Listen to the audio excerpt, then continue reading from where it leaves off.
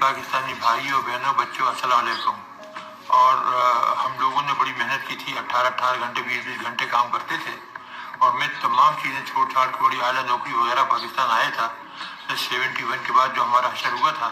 وہ میں کبھی بھول نہیں سکتا تھا، اور میں نے اس وقت یہ پیشکش کی بھٹو صاحب کو کہ میں ایٹم بم بنانے کی صلاحیت رکھتا ہوں، میں انشاءاللہ بنا دوں گا۔ تو انہوں نے فوری مجھے تمام سہولتیں دے دیں اور مجھے یہ کام جو تھا میرے سپورٹ کر دیا،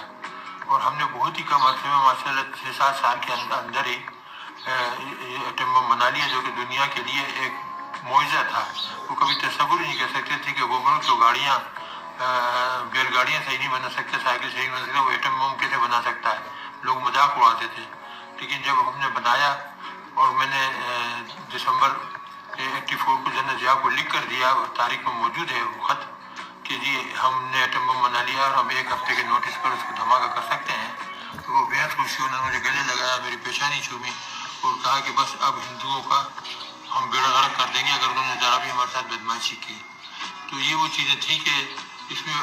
میرے ساتھیوں کا بڑا اہم کردار تھا، میری رہنمائی تھی، صبح سے شام تک ہم کام کرتے تھے، اور ہم نے بہت تیزی سے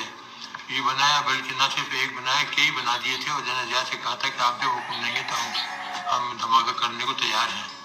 اور اس کے بعد ہندوستانیوں نے جب 98 کے اندر 11 مئی کو دھماکے کیے، تو پھر نواز شریف صاحب اس وقت وزیر اعظم تھے، ان سے کہا، مشاہد حسین سید تھے، تو ان سے وہ بڑے پیارے دوست تھے میرے، تو ان سے کہا کہ جی ہمیں چاہیے کہ ہم بھی دھماکہ کر دیں۔ تھوڑی بہت ہچکچاہٹ تھی، لیکن وہ ملک کا مفاد جو تھا وہ سب کو عزیز تھا، اور یہ فیصلہ ہوا کہ دھماکہ کر دیا جائے۔ اور پھر ہم نے ہندوستان کے 5 کے بدلے 6 دھماکے کر دیے، اور ان کا منہ ہمیشہ ہمیشہ کے لیے بند کر دیا۔ اس سے چند دن پہلے یعنی اپریل میں ہم نے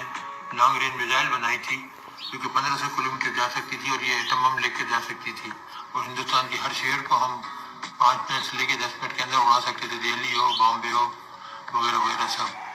تو اللہ تعالیٰ کا شکر ہے، ہم نے پاکستان کو ناقابل تسخیر